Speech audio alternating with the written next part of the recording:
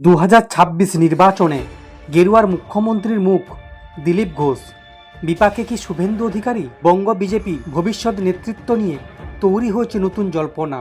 সদ্য শেষ হওয়া সুকান্ত মজুমদারের প্রথম দফার সভাপতিত্বে মেয়াদের পর কে হতে চলেছে আগামী রাজ্য সভাপতি তা নিয়ে আলোচনা জোরালো হয়ে উঠেছে।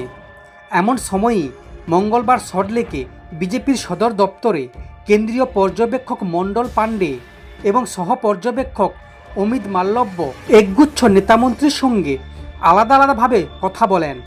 আলোচনার মূল বিষয় ছিল পরবর্তী কর্মসূচি, সাংগঠনিক রদবদল এবং সভাপতি নির্বাচন। এই আলোচনায় বারবার উঠে আসে বিজেপির কেন্দ্রীয় সহসভাপতি দিলীপ ঘোষের নাম।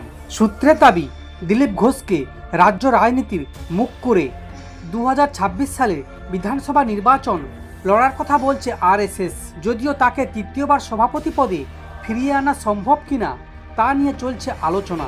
এরই মধ্যে বিজেপির একাংশের কড়া আক্রমণে দিলীপবাবুকে নিয়ে অস্বস্তিতে পড়েছে দলীয় শীর্ষ নেতৃত্ব, বিশেষ করে সৌমিত্র খাঁ এবং অশোক দিন্দা।